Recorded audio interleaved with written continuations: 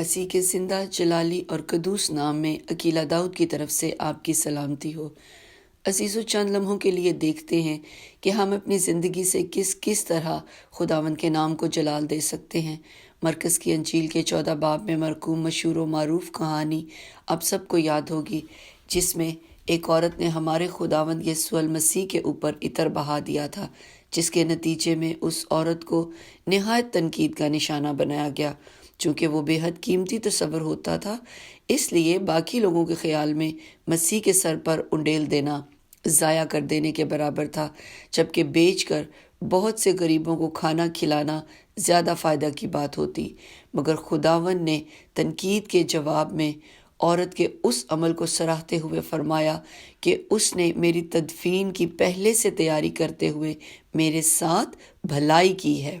عزیزو، ہم یہاں اس عورت کو دیکھتے ہیں جس کے بے اختیار عمل نے انجانے میں ایسا بھلا کام کیا کہ خداوند نے بھی فرمایا اس نے میرے ساتھ بھلائی کی ہے۔ وہ تو شاید ابھی اس بات سے بھی واقف نہیں تھی کہ جلد ہی خداوند کو مصلوب کر دیا جائے گا۔ نہ ہی غصہ اور تنقید کرنے والے جانتے تھے کہ انجانے میں خدا نے اس عورت سے ایسا عمل کروایا ہے جسے رہتی دنیا تک یاد رکھا جائے گا۔ عزیزو، کیسی شاندار بات ہے! جس عمل کو دنیا ضیاع کیا جانے کے زمرے میں لے رہی ہے، وہی عمل خداوند کی نظر میں خداوند کو عزت اور جلال دینا تھا۔ عزیزو، یہ واقعہ آج ہم میں سے بہت سوں کی حوصلہ افزائی کے لیے بڑی مثال ہے۔ آپ ہو سکتا ہے یہ سوچتے ہوں، میرا اتنا سا کرنے سے کیا فائدہ ہوگا، کس کا بھلا ہوگا، ایسا نہ ہو جائے، ویسا نہ ہو جائے۔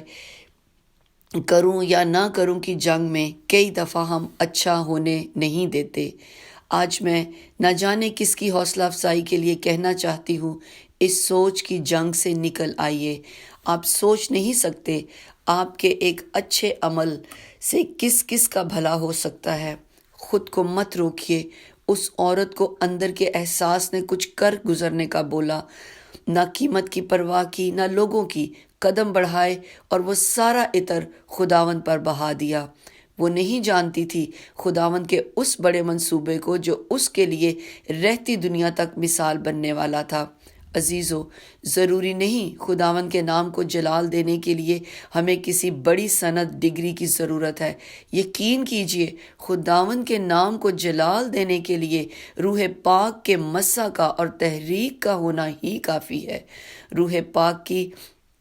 روح پاک ہدایت کرے کچھ اچھا عمل کرنے کے لیے، خواہ وہ چھوٹا ہو یا بڑا، مت روکیے خود کو، قدم بڑھائیے۔ خداوند آپ کے ساتھ ہے۔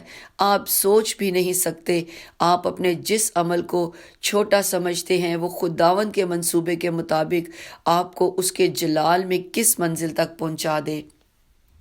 شاید لوگ آپ کو بھی تنقید کا نشانہ بنائیں، آپ کی سوچ، آپ کی قابلیت پر انگلی اٹھائیں اور مزے کا اڑائیں، لیکن میرے عزیزو، یہ کہانی ہمیں گہرا سبق سکھاتی ہے۔